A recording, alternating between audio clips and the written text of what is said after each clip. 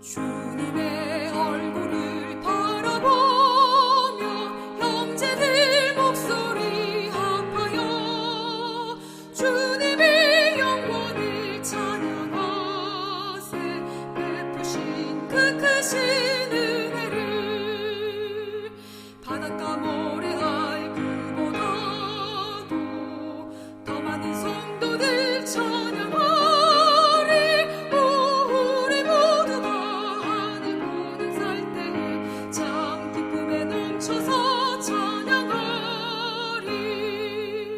주님께 헌신한 성도들이 하늘의 밝은 빛 속에서 주님의 선하심 찬양하며 하늘의 영광을 노래해.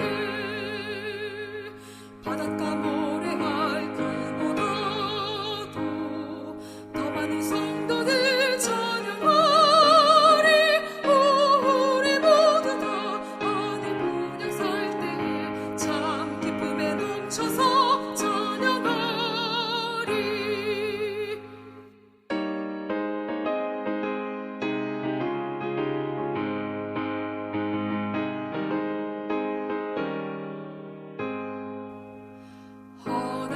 천사들 함께 모여 우리와 기쁨을 나누리.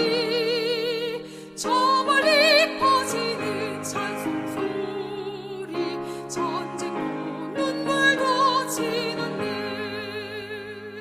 바닷가 모래알 그보다도 더 많은 성도들 찬양하리. 우리 모두 다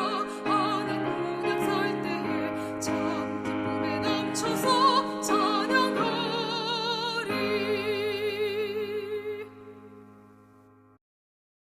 사랑하는 타코마 교회 성도 여러분, 그리고 전 세계 여러 나라에서 팟빵과 유튜브를 통하여 이 말씀을 청취하는 애청자 여러분, 안녕하십니까? 오늘 다시 한번 말씀을 통하여 여러분을 만나뵙게 되어 기쁘게 생각합니다. 오늘 우리가 함께 연구할 하나님의 말씀은 스가랴 3장 6절부터 10절까지 말씀입니다. 스가랴 3장 6절부터 10절까지요. 여호와의 천사가 여호수아에게 증언하여 이르되, 만군의 여호와의 말씀에 네가 만일 내 도를 행하며 내 규례를 지키면 네가 내 집을 다스릴 것이요 내 뜰을 지킬 것이며 내가 또 너로 여기 섰는 자들 가운데에 왕래하게 하리라. 대제사장 여호수아야, 너와 네 앞에 앉은 네 동료들은 내 말을 들을 것이니라. 이들은 예표의 사람들이라. 내가 내 종 싹을 나게 하리라. 만군의 여호와가 말하노라. 내가 너 여호수아 앞에 세운 돌을 보라. 한 돌에 7 눈이 있느니라. 내가 거기에 새길 것을 새기며 이 땅의 죄악을 하루에 제거하리라. 만군의 여호와가 말하노라. 그날에 너희가 각각 포도나무와 무화과나무 아래로 서로 초대하리라 하셨느니라. 아멘. 오늘 스가랴 3장 6절부터 10절을 중심으로 해서 여호와 하나님의 약속들, 여호와 하나님의 약속들, 이런 제목으로 하나님 말씀을 함께 나누겠습니다. 코로나19가 장기화되면서 사람들의 인내도 한계에 다다르는 것 같습니다. 자신이나 가족이 감염될 것에 대한 불안감이 엄습해 오고요. 또 사회적 거리두기 때문에 고립이 심화되어 우울하고 불안이 깊어지는 경험을 많이 하게 됩니다. 더구나 경제 활동이 위축되므로 경제적인 어려움으로 고통을 경험하는 사람들이 주변에서 늘어나는 것을 보게 돼요. 이 모든 것 하나하나가 이만저만한 스트레스가 아닙니다. 이런 때에 하나님께서 오늘 말씀을 통하여 용기와 위로와 힘을 주시기를 중심으로 기도합니다. 지난주에 우리가 연구한 말씀은 여호수아가 대제사장인데 그 옷이 어떤 상태에 있었습니까? 더러운 옷을 입고 있었습니다. 그래서 사단이 여호수아를 대적하고 송사했어요. 고소했습니다. 그런데 여호와께서는 더러운 옷을 입은 여호수아를 책망하는 대신에 사단을 책망하셨어요. 그리고 여호수아의 더러운 옷을 벗기고 아름다운 옷을 입히셨다는 말씀까지를 연구했습니다. 그러면 오늘 본문에서 죄를 용서받고 아름다운 옷을 입혀주신 하나님의 백성들에게 여호와 하나님께서 어떤 약속을 하고 계시는지를 오늘 본문 6절부터 10절의 말씀을 통해서 살펴보겠습니다. 첫 번째, 하나님께서 우리에게 주시는 약속은 6절과 7절에 여호와의 천사가 여호수아에게 증언하여 이르되 만군의 여호와의 말씀에 네가 만일 내 도를 행하며 내 규례를 지키면, 그 다음에 이제 약속이 나옵니다. 네가 내 집을 다스릴 것이요 내 뜰을 지킬 것이며 또 너로 여기 섰는 자들 가운데에 왕래하게 하리라. 이것이 하나님께서 우리에게 주신 첫 번째 약속입니다. 그 약속을 요약하면은 주를 위한 사역자로 봉사하게 하신다.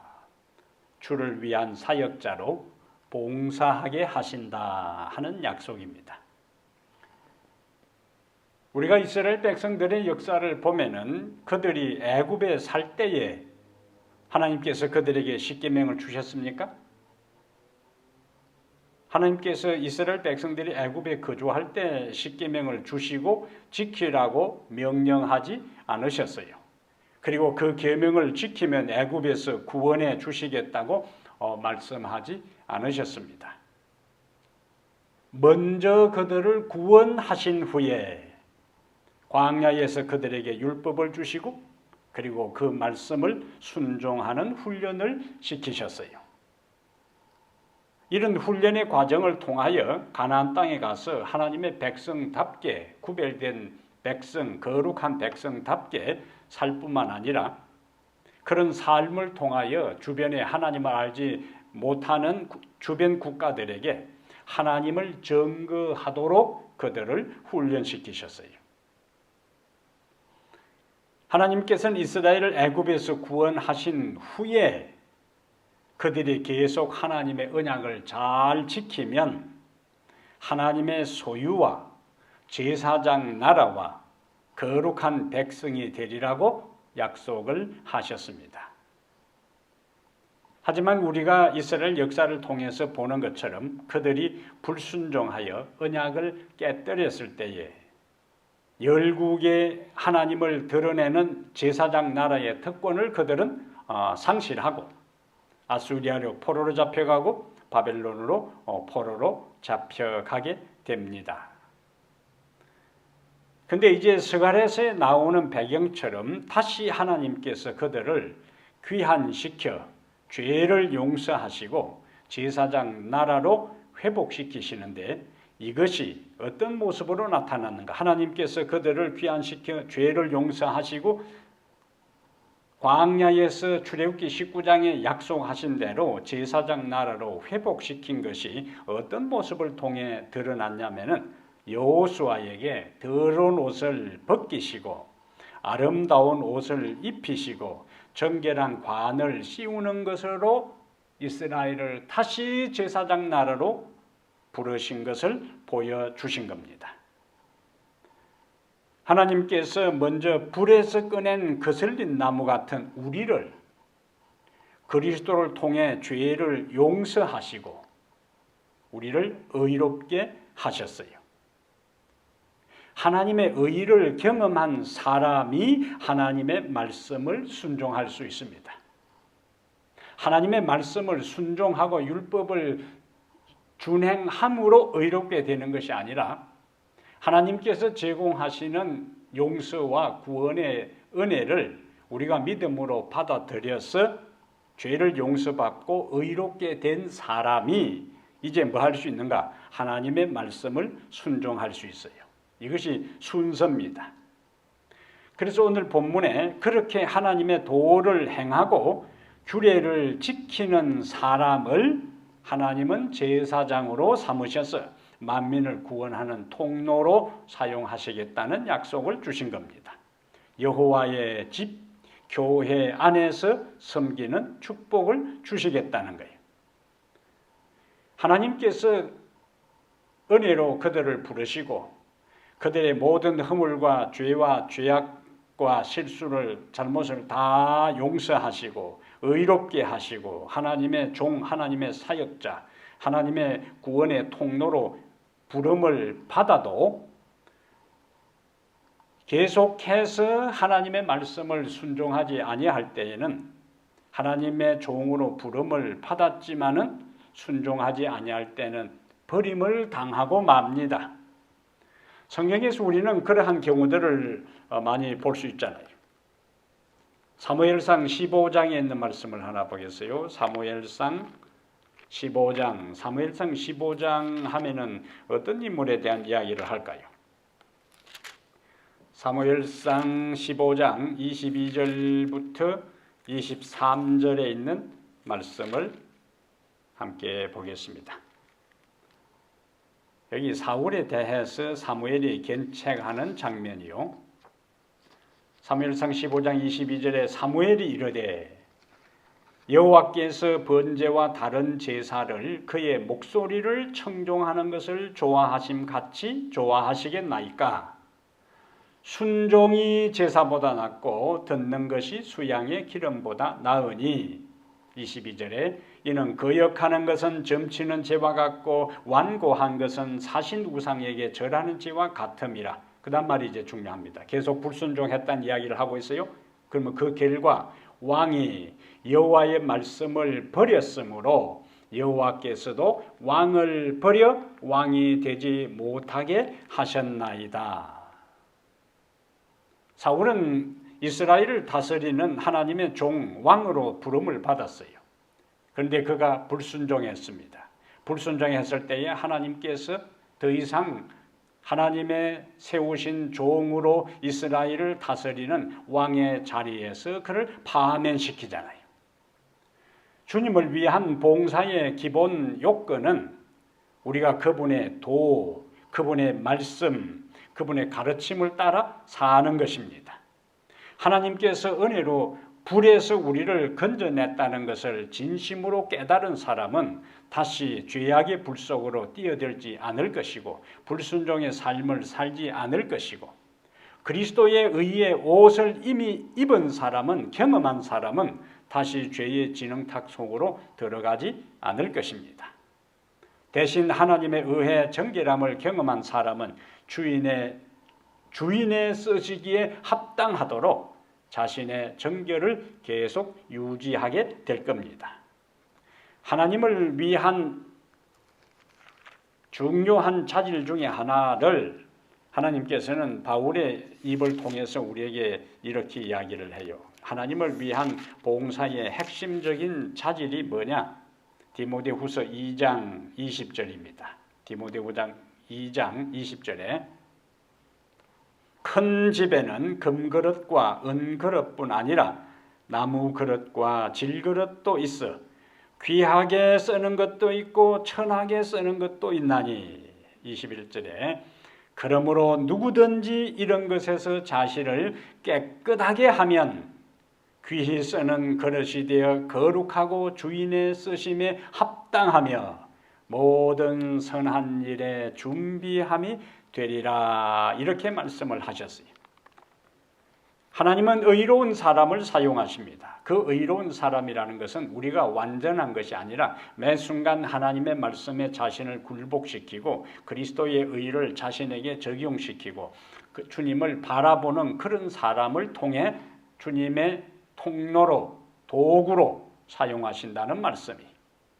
그리고 그렇게 충실하게 주를 위해 봉사한 사람을 여기 스가랴 3장 7절 마지막에 있는 것처럼 또 너로 여기 섰는 자들 가운데에 왕래하게 하리라. 충실하게 주를 위해 성실하게 봉사한 사람을 하늘 천사들과 함께 있도록 축복하시는 겁니다. 이 은혜를 함께 누리게 되기를 축복합니다. 두 번째, 하나님께서 오늘 본문을 통해서 어떤 약속을 하실까요? 다시 스가랴 3장 8절 9절 가보겠습니다. 스가랴 3장 8절과 9절요. 대제사장 여호수아야, 너와 네 앞에 앉은 네 동료들은 내 말을 들을 것이니라. 그들은 어떤 사람들이라고요? 예표의 사람들이라. 내가 내 종 싹을 나게 하리라. 옛 성경에는 순입니다. 새싹입니다. 9절에 만군의 여호와가 말하노라. 내가 너 여호수아 앞에 세운 돌을 보라. 한 돌에 7 눈이 있느니라. 내가 거기에 새길 것을 새기며 이 땅의 죄악을 하루에 제거하리라. 상징적인 표현을 사용하고 있으니까 이게 무슨 말인가 싶지요. 그래서 우리가 함께 이렇게 말씀 연구를 하는 겁니다. 8절과 9절에 하나님께서 두 번째 하시는 약속은 메시아를 보내주신다 하는 거예요. 여기 예표의 사람들이 나오지요. 대제사장들과 그의 동료들을 8절에 뭐라고 부르냐면은 대제사장 여호수아야, 너와 네 앞에 앉은 네 동료들은, 동료 제사장들이요, 내 말을 들을 것이니라. 이들은 예표의 사람들이라. 여기 예표, 심볼입니다. 심볼, 상징. 이것은 대제사장과 그의 동료 제사장들이 예표의 사람들이라는 것은 장차 도래할 메시아 시대를 상징하고 표상한다는 의미입니다. 그동안 이스라엘 역사에서 성전이 언제 멸망당했죠? 기원전 586년에 어느 나라에 의해서요? 바벨론에 의해 파괴됨으로 성전 봉사는 70년 동안 중단되었습니다. 그러나 70년 포로 기간이 마친 후 귀환한 사람들에 의해 성전이 재건되었고 대제사장 여호수아와 동료들에 의해 성전 봉사 사업이 다시 시작되었어요. 그럼 이걸 뭘 의미할까요? 이것은 성소가 중건되고 성전 봉사 사업이 다시 시작되었다 하는 것은 죄인이 하나님께 나아가는 통로가 다시 열렸다는 것을 보여주는 겁니다. 이것은 구원의 역사 가운데 하나님께 나아가는 길이 단절된 인류가 그리스도의 죽음과 봉사로 다시 길이 열릴 것을 예표하는 장면이요. 그리고 완전한 제사장 되시는 메시아 시대의 도래를 상징적으로 보여줍니다. 그러니까 성전이 중건되고 그 성전에서 제사장들이 봉사하는 것은 그 당시 사는 이스라엘 백성들이 하나님과 화목되었고 하나님께로 나가는 길이 다시 열렸다는 이야기고, 전체 구원 역사에서 하나님께로 나가는 길이 단절된 인류가 이 땅에 오실 메시아 예수 그리스도를 통하여 다시 하나님께로 나가 구원을 경험할 수 있는 길이 연결됨을 보여주는 사건입니다. 근데 8절에서 예표의 사람들이라 해놓고 이제 왜 우리가 그렇게 이해하냐면은 문명의 흐름 가운데 예표의 사람들이라 해놓고 내가 내 종 싹을 나게 하리라. 여기 싹, 순, 새싹입니다. 새싹. 앞에 이야기를 한 다음에 바로 메시아에 대한 이야기를 세 가지 하고 있는데 내 종, 그 다음에 싹, 그 다음에 9절에는 돌이 나와요. 다 이 종과 하나님의 종, 그 다음에 싹, 순, 그 다음에 돌, 이 모든 것은 메시아에 대한 상징적 표현입니다. 여기 순, 싹에 대한 걸 조금 보면은 우리가 이사야 11장에서 이사야 11장의 이사야는 누구를 통해서 무엇이 그 다음에 하는 역할 이러한 것들을 이사야 11장에서 설명하고 있어요. 그러니까 스가랴 3장 8절에 나오는 내 종 싹을 나게 하리라 하는 것에 대한 정확한 이해를 하려면은 이사야 11장으로 가면은 아하 그 내용이 무엇이구나 하는 것을 알 수가 있습니다. 이사야 11장 1절에 이새의 줄기에서 이새가 누굽니까? 다윗의 아버지잖아요. 그러니까 다윗의 후손 중에서 이새의 줄기에서 한 싹이 나오지요. 나며 그 뿌리에서 한 가지가 나서 결실할 것이요. 자, 1절에는 상징적으로 뿌리와 싹을 이야기를 했는데 2절에는 조금 더 구체적으로 나옵니다. 그의 위에 이 그가 1절에 나오는 싹 한 가지 메시아에 대한 이야기요. 다윗의 후손으로 등장할 메시아를 1절에 이야기하면서 그의 위에 여호와의 영, 곧 지혜와 총명의 영이요 모략과 재능의 영이요 지식과 여호와를 경외하는 영이 강림하시리니. 자, 하나님의 영이 그에게 다양한 형태의 영이 메시아에게 임할 것이고 이제 역할을 하는 거예요. 메시아의 하나님의 영이 임해서 3절에 그가 여호와를 경외함으로 즐거움을 삼을 것이며 그의 눈에 보이는 대로 심판하지 아니하며 그의 귀에 들리는 대로 판단하지 아니하며 공의로 가난한 자를 심판하며 정직으로 세상에 겸손한 자를 판단할 것이며 그의 입의 막대기로 세상을 치며 그의 입술의 기운으로 악인을 죽일 것이며 공의로 그의 허리띠를 삼으며 성실로 그의 몸의 띠를 삼으리라. 이사야가 이 말씀을 했을 때에 이것은 누구에 대한 이야기라고요? 다윗의 후손으로 올 메시아에 대한 예언입니다.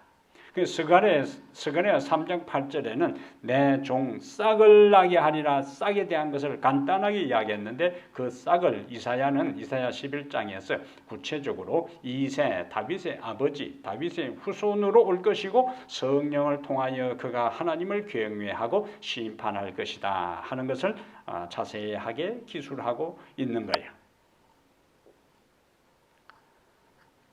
한마디로 메시아는 다윗의 후손으로 성령을 힘입어 봉사할 것이다. 그리고 여호와를 경외함으로 즐거움을 얻을 것이고 심판하실 것을 이사야 선지자를 통해서 말씀한 겁니다. 근데 다시 스가랴 3장 8절에 싹을 말하기 전에 그 다음에 뭘 먼저 이야기하냐면 내 종 싹을 나게 하리라. 메시아를 스가랴는 종이라 그렇게 했는데 이거는 예수님의 인류의 구원 사역을 위하여 이 땅으로 보내심을 받을 것을 의미하는데 이사야 11장에서는 싹에 대한 이야기를 자세하게 설명을 했고 이사야 42장에는 종에 대한 이야기가 다시 자세하게 기술이 되어요. 이사야 42장 다시 보겠습니다. 이제 종이 무엇을 상징하는가? 이사야 42장 1절에 내가 붙드는 나의 종, 내 마음에 기뻐하는 자, 곧 내가 택한 사람을 보라. 내가 나의 영을 그에게 주었은즉. 앞에 아까 이사야 11장의 영에 대한 이야기가 많이 나왔죠. 그가 이방의 정의를 베풀리라. 그 다음에 하는 역할이 나옵니다. 그는 외치지 아니하며 목소리를 높이지 아니하며 그 소리를 거리에 들리게 하지 아니하며 상한 갈대를 꺾지 아니하며 꺼져가는 등불을 끄지 아니하고 진실로 정의를 시행할 것이며 그는 쇠하지 아니하며 낙담하지 아니하고 세상의 정의를 세우기에 이르리니 섬들이 그 교훈을 앙망하리라. 여기 종의 역할, 내가 붙드는 종, 누구에 대한 이야기라고요? 메시아, 예수님에 대한 예언이 이사야 선지자를 통해서 이렇게 한 거예요. 종이라는 개념은 뭡니까? 종, 주인의 명령에 절대적으로 순종하는 거예요. 그럼 예수님은 이 세상에 메시아로 오셨을 때에 그에게 붙여진 이름 하나가 여호와의 종입니다. 여호와의 종은 하나님의 말씀과 뜻에 전적으로 순종하는 의미로서의 종이요. 그럼 얼마만큼 그가 순종했는가? 빌립보 2장 8절부터 10절에 그의 전적인 순종, 종으로서, 하나님의 종으로서, 인류의 종으로서 그가 얼마만큼 순종했는지를 빌립보 2장 8절에 사람의 모양으로 나타나사 자기를 낮추시고, 그 다음에 이제 말이 중요한 거예요. 죽기까지 복종하셨으니 곧 십자가에 죽으심이라. 어떤 분이었는가? 2장 6절에 그는 근본 하나님의 본체시나 하나님과 동등됨을 취할 것으로 여기지 아니하시고 오히려 자기를 비워 종의 형체를 가지사 사람들과 같이 되셨고 죽기까지 복종하셨다.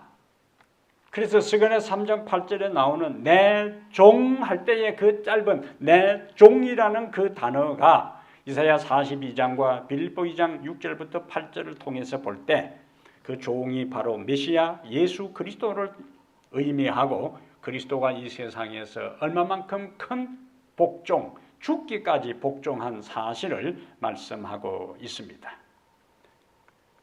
그러면 내 종에 대한 것은 살펴보았고 내 종 싹을 나게 하리라. 싹, 새순입니다. 새순. 이것은 새로운 생명을 상징하는 거예요. 하나님이 친히 우리에게 새로운 생명을 주시기 위해서 하나님의 독생자이신 예수 그리스도를 이 땅에 보내실 것을 약속하고 있는 거예요.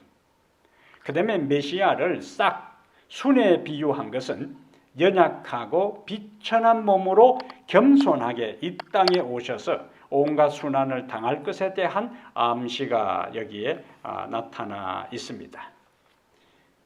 여기 싹, 순, 이사야 53장은 고난받는 종에 대한 이야기인데 이사야 53장을 보면은 다시 순, 싹에 대한 의미가 정확하게 우리 의미를 알 수가 있습니다. 이사야 53장에 자 이미지를 생각합니다.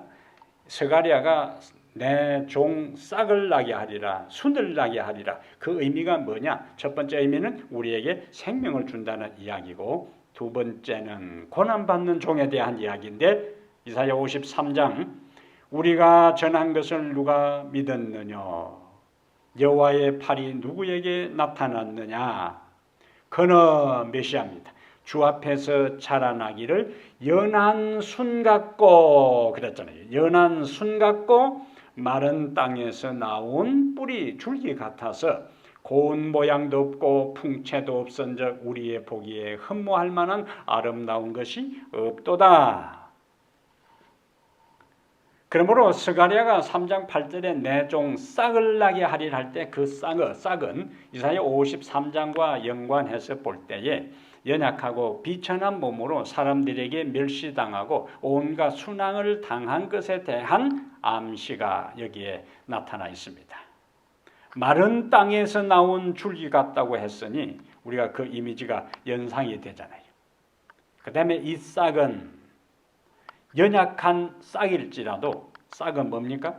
조금 시간이 지나면은 성장하고 자라잖아요. 그것처럼 큰 나무가 되어 무성한 가지를 뻗고 많은 열매를 맺고 새들이 깃들이는 것처럼 메시아의 구속 사역으로 수많은 사람들이 그를 통하여 생애가 변화되고 수많은 사람들이 그를 통하여 마음의 안식을 얻고 위로를 얻고 생명을 얻고 수많은 사람들이 삶에 지치고 인생의 열기에 시달리다가 그 그리스도의 큰 나무, 대목, 거목, 거대한 나무 아래에서 심령의 평안과 마음의 위로와 위안을 경험하게 될 것을 상징적으로 말씀하는 거예요. 마태복음 13장 31절과 32절에 예수님께서 천국의 비유를 말씀하시면서 겨자씨 비유를 말씀했어요. 처음에는 씨 중에 가장 작지만 나중에 그것이 자라서 많은 열매가 맺히고 많은 새들이 그 안에 깃들이는 것을 보면서 스가랴가 말한 이 새싹 하나님 나라가 확장되고 수많은 사람들이 그 예수 그리스도를 믿어 구원받는 열매가 나타날 것을 말씀하고 있는 것입니다. 다시 스가랴 3장 9절로 갑니다. 이제 메시아의 또 다른 상징인데요. 만군의 여호와가 말하노라. 내가 너 여호수 앞에 세운 돌을 보라. 한 돌에 7 눈이 있느니라. 여기 뭐가 나오지요? 돌 나옵니다. 돌. 성경의 돌의 이미지는 항상 예수님하고 연결돼요. 이스라엘 자손들이 광야에서 마셨던 물의 근원이 어디였습니까? 반석이었어요. 반석. 고린도전서 10장 4절에 이스라엘 백성들이 물을 마셨는데 반석에서 솟아난 물을 마셨어요. 앞에는 순이잖아요. 순, 싹. 두 번째 이미지는 돌이요.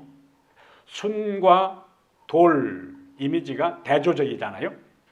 순은 이름 그대로 순함 이미지요. 돌은 그대로 견고함과 강함의 상징이에요. 예수 그리스도는 견고한 기초돌이 됩니다. 예수님은 온유하고 겸손한 자임과 동시에 그것은 양의 이미지요. 그러나 계시록에서 예수님이 양으로 나오고 사자로도 나와요. 양은 싹에 해당되고 온유하고 겸손한 이미지고 사자, 돌, 강하고 견고한 것에 대한 이미지입니다. 이사야는 이사야 28장 16절에 그분을 견고한 기초돌이라 그랬어요. 그러므로 주 여호와께서 가라사대 보라 내가 한 돌을 시온에 두어 기초를 삼았노니 곧 시험한 돌이요 귀하고 견고한 기초돌이라. 내가 한 돌을 시온에 두어 기초를 삼았나니 무슨 돌이라고요? 시험한 돌이요 귀하고 견고한 기초돌이라. 그러면서 이렇게 이야기합니다. 그것을 믿는 자는 예수 그리스도를 믿는 자는 겁절하게 되지 아니하리라. 이 돌 위에 견고한 기초돌 위에 교회가 세워졌고 이 견고한 돌 위에 인생의 기초를 두는 사람은 무너지지 않을 것입니다. 그분 위에 우리의 인생을 건축해야 돼. 삶이 그리스도의 기초 위에 있으면 흔들림은 있어도 무너짐은 없습니다. 프랑스 출신의 비행사 겸 소설가가 있는데 우리가 잘 아는 생텍쥐베리 이름이 좀 특이하네요. 생텍쥐베리 발음이 잘 안 되죠. 생텍쥐베리라는 이 프랑스 비행사 겸 소설가가 있습니다. 어느 날 그가 탄 비행기가 눈 덮인 안데스 산맥에 추락을 합니다. 다행히 간신히 목숨을 부지하고 산에서 3일 동안 산에서 걸어 내려왔지만은 인가가 보이지 않아요. 이제 뭐 죽음이 그에게 다가오는 거지. 너무 힘들고 춥고 배고프고 지쳐서 이제 최후를 맞이할 준비를 하고 있는데 마침 그 앞에 한 10m 전방에 거대한 바위가 있는 것을 발견했습니다. 그때 그가 속으로 생각을 했어요. 내가 이 골짜기에서 죽어버리면 이름 그대로 개죽음이다. 그러나 내가 저 바위 위에 올라가 죽으면 내 시체가 발견될 것이다. 그래서 남은 가족들이라도 보험금이라도 타게 해야 되겠다 생각하고 몇 번이나 미끄러 떨어지면서 어렵게 간신히 혼신의 힘을 다해 바위 위에 기어 올라갔어요. 그러자 신비롭게도 바위 위에 올라가서 전체를 탁 내려다보는 순간에 새롭게 힘이 생기는 거예요. 그래, 내가 여기서 주저앉고 포기하고 죽어서는 안 되지. 하루만 더 걸어보자. 그리고는 젖먹던 힘까지 다 내어서 하루 초인의 힘을 발휘해, 초인적인 힘을 발휘해서 하루를 걷고 걸어 내려와 보니까 인가에 다다라서 살아남은 거예요. 반석 위에, 거대한 반석 위에 그가 올라가서 딱 서는 순간에 알 수 없는 에너지, 이 힘을 그가 얻었다는 거예요. 그래서 그가 살아남은 거예요.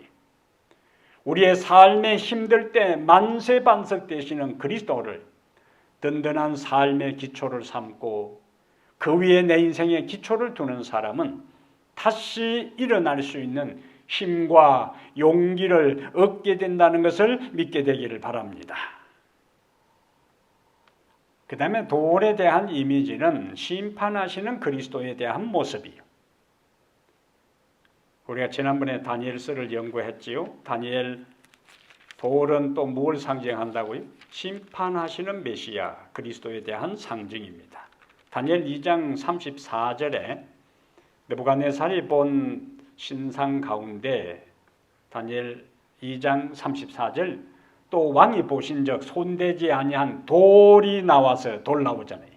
신상의 새와 진흙의 발을 쳐서 부서뜨리매 그때의 새와 진흙과 녹과 은과 금이 다 부서져 여름 타작 마당에 개같이 되어 바람에 불려 간 곳이 없었고 우상을 친 돌은 태산을 이루어 온 세계에 가득하였나이다. 여기 보니까 돌이 나오는데 그 돌이 여러 나라를 상징하는 그것을 쳐서 부수고 태산을 이루었다. 그럼 그것을 다니엘은 좀 더 구체적으로 설명을 합니다. 44절에 다니엘 2장 44절에 이 여러 왕들의 시대에 하늘의 하나님이 한 나라를 세우시리니 이것은 영원히 망하지도 아니할 것이요 그 국권이 다른 백성에게로 돌아가지도 아니할 것이요 도리어 이 모든 나라를 쳐서 멸망시키고 영원히 설 것이라. 하나님이 세우실 영원한 나라에 대한 말씀이잖아요. 그런데 반대로 주님의 자비와 호소를 끝까지 거절한 사람들, 세속적인 사람들, 하나님께 불순종한 사람들, 주님을 섬기는데 등한히 한 사람들, 말씀과 기도를 멀리하고 눈앞에 보이는 현실적인 이익만을 추구한 그 사람들은 심판하는 돌에 의해서 심판을 받게 될 것인데 마태는 마태복음 21장에 심판하는 예수 그리스도에 대한 것을 예수님의 언급을 기록하면서 이렇게 말씀을 합니다. 마태복음 21장 42절에 예수께서 이르시되 너희가 성경에 건축자들이 버린 돌이 모퉁이의 머릿돌이 되었나니 이것은 주로 말미암아 된 것이요 우리 눈에 기이하도다 함을 읽어보니리 없느냐. 그러므로 내가 너희에게 이르노니 하나님의 나라를 너희는 빼앗기고 그 나라에 열매 맺는 백성이 받으리라. 44절 이 돌 위에 떨어지는 자는 깨지겠고 이 돌이 사람 위에 떨어지면 그를 가루로 만들어 흩으리라. 앞에 부분은 이 돌 위에 떨어지는 자는 깨어지겠고 하는 것은 긍정적인 거예요. 우리가 예수 앞에 깨어지는 거예요. 우리의 자아와 우리의 육의 모든 것들이 죄된 모든 것들이 깨어지는 거예요. 회개하는 거예요. 굴복하는 거예요. 자복하는 겁니다. 그때는 살아나는 거예요. 근데 반대로 그렇게 하지 않는 사람은 이 돌이 사람 위에 떨어지면 그를 가루로 만들어 흩으리라. 아까 다니엘 2장에 태산을 친 돌은 그 모든 신상을 친 돌은 태산을 이루었고 그 모든 다른 것들은 가루가 되어서 날아가 버렸잖아요. 그럼 멸망이요. 어쨌든 깨지기는 깨지는데 언제 깨어지느냐가 중요한 거예요. 지금 우리가 예수님께 깨어지면은 영원히 사는 것이고, 지금 우리가 예수님에게 깨어지지 아니하면 예수님이 우리를 깨뜨리는 순간에 우리의 인생도 끝난다는 겁니다. 그러면 어차피 깨어질 것, 지금 예수님 앞에 우리 자신을 드려서 그 반석 되시는 예수 그리스도께 우리의 자아와 교만과 아집과 모든 악한 습관들을 다 던져서 깨어지게 될 때에 영원히 사는 것이고, 지금 그것을 고통스럽고 등한히 여기고 내키지 않고 변명하고 핑계대고 이유를 대므로 주저하고 머뭇거리다가 구원의 기회가 지나고 난 다음에는 예수 그리스도에 의해서 깨어지게 될 때 심판의 돌이 되는 거예요. 지금 깨어지는 것은 우리의 삶의 기초가 되고 구원의 돌이 되고 구원의 샘으로 솟아나는 반석이 되지만은, 지금 그분에게 깨어지지 않을 때는 심판의 돌로 우리에게 임하여 우리의 인생의 모든 것이 사라지고 만다는 거예요. 그러므로 어차피 깨어질 인생이라면은 지금 깨어져 구원의 길에 들어서게 되기를 바랍니다. 근데 스가랴가 계시 중에 본 것 가운데 특이한 거는 여기 그 돌에 뭐가 있어요? 3장 9절에, 스가랴 3장 9절에 만군의 여호와가 말하노라, 내가 너 여호수 앞에 세운 돌을 보라. 한 돌에 뭐가 있습니까? 7 눈이 있느니라. 이 특이하죠. 돌, 자, 지금까지 돌은 누구를 상징한다? 예수님을 상징한다. 그러면 7 눈이 있다.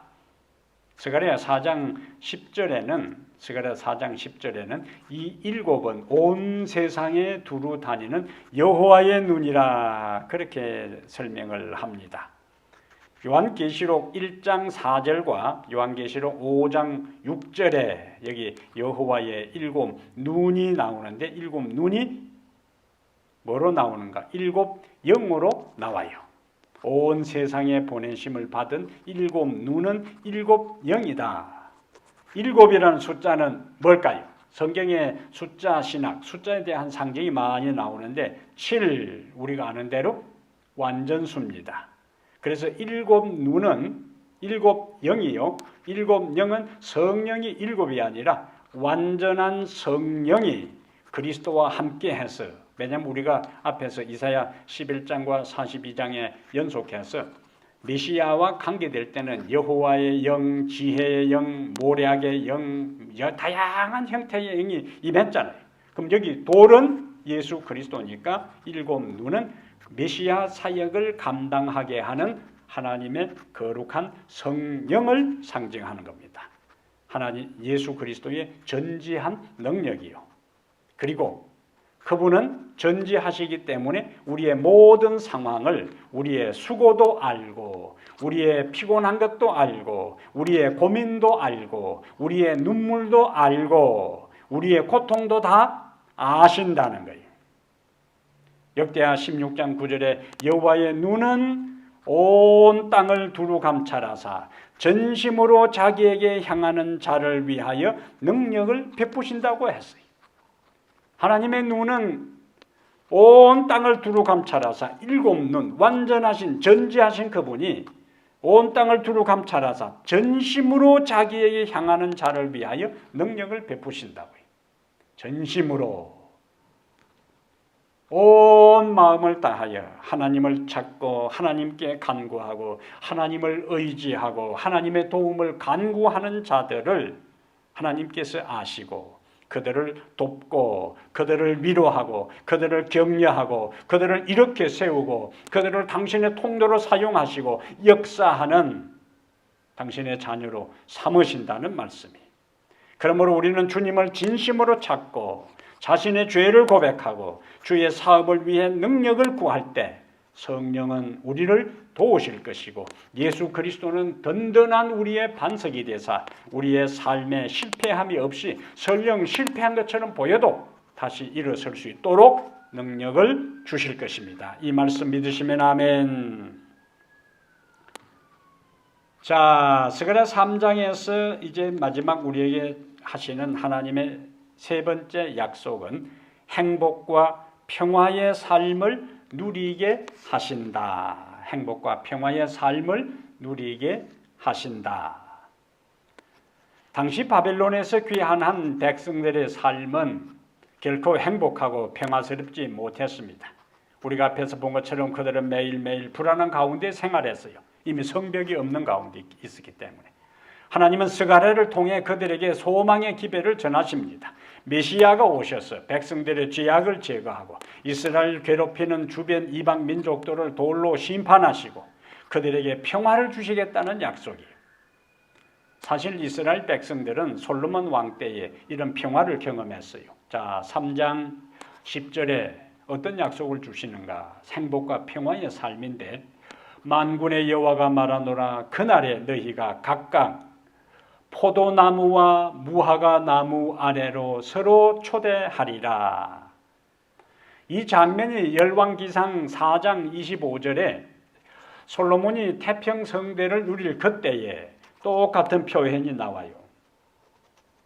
포도나무와 무화과 나무 아래로 서로 초청하고 평화롭고 풍성하고 행복을 누리는 경험들이 솔로몬 시대에 있었습니다. 그런데 솔로몬 이후에 그 모든 것은 역사의 한 시대로 접어 끝나고 말았어요. 근데 하나님께서 오늘 스가랴를 통해서 무화과 나무와 포도나무 아래에 왕래하는 모습으로 다시 우리에게 일상이 망가지고 제한되고 제약을 받는 시대, 불안을 떨고 살아가는 이 시대에 살아가는 우리에게 포도나무와 무화과나무 아래로 서로 초대할 수 있는 미래의 종말론적 메시아 왕국이 도래할 것을 약속해주고 있습니다. 코로나19, 기후재난, 지진, 홍수, 인종갈등, 정치적인 사상의 대립이 갈수록 심화되고 시위와 폭동과 약탈과 방화 등이 우리들 주변에 끊임없이 일어나는 불안한 세상, 내일을 기약할 수 없는 시대를 우리가 지금 살아가고 있어요. 이러한 시대를 사는 우리에게 주신 약속이 바로 오늘 3장 10절이요. 그날에 포도나무와 무화과나무 아래로 서로 초대하리라. 이 장면만 생각해도 얼마나 마음이 평안해지고 행복을 누릴 수가 경험한 그것이 그대로 느껴지잖아요. 마음이 평안해지고 행복해지는 경험, 쉼을 경험하는 것을 우리가 여기서 느끼게 됩니다. 제가 1980년 그 당시 한국의 시국이 한창 혼란스러워 대학 휴교령이 내렸을 때에 후배 몇 명과 함께 충청도에 전도회를 갔습니다. 전도회에 참석한 한 분이 감동을 받아서 포도농장으로 초청을 했어요. 이름 그대로 그림 같은 집입니다. 언덕바지에 빨간 양옥집인데, 빨간 기아 양옥집인데 주변에 포도농장이 딱 둘러싸고 있었어요. 한창 포도철이라 거봉 포도 알잖아요. 한 알이 이 가나안 땅에 있는 포도처럼 굵은 거봉 포도를 비시해서 다양한 형태의 포도를 그 싱거로운 냄새가 아주 짙고 달콤한 그 포도를 잔뜩 따다가 방 안에서 먹은 것이 아니고 그 포도 능쿨이 다 그늘을 지우는 거기에 이 벤치에 앉아서 먹으니까 얼마나 운치가 있고 맛이 있는지요. 포도 능쿨, 포도 나무 아래 초대한다 할 때 항상 그 이미지가 연결됩니다. 하나님께서 우리를 위해 예배된 하늘의 나라에 예수님께서 아름답게 갖고 오는 무화과 나무와 포도나무 아래로 인생살이에 지치고 피곤하고 불안에 떨고 있는 우리를 곧 데려가실 것입니다. 그러므로 사랑하는 여러분, 하나님은 먼저 그의 은혜로 우리를 의롭게 하시고 이제 구원받은 하나님의 자녀로 순종하는 삶을 살게 하십니다. 그리고 그분의 도를 행하며 사는 사람을 당신의 제사장으로 섬기게 하세요. 메시아 되시는 우리 예수님은 연한순 같지만 자라서 그분의 생명의 복음으로 세상을 듣고 있습니다. 그분은 돌로서 우리의 인생의 기초와 교회의 머릿돌이 되십니다. 그분에게 인생의 기초를 두는 사람은 흔들릴 수는 있지만 무너지지는 않습니다. 세상을 심판하실 때에도 우리는 그분이 세우신 하나님의 돌나라에서 영원히 살 것입니다. 그 나라는 포도나무와 무화과나무 아래 있는 것 같은 평화와 풍성함과 행복이 특징이 될 것입니다. 이 두렵고 혼란한 시대에 이런 종말론적인 주님의 약속을 믿고 확신 가운데 살아가게 되기를 주의 이름으로 축복합니다. 하나님 우리 아버지, 이 저녁에 우리에게 너무나도 귀한 약속을 해주시니 감사합니다. 메시아를 이 땅에 보내실 뿐만 아니라 우리로 하여금 오신 예수 그리스도를 위해 봉사하도록 우리를 거룩한 백성, 당신의 제사장으로 삼아주신 것을 감사합니다.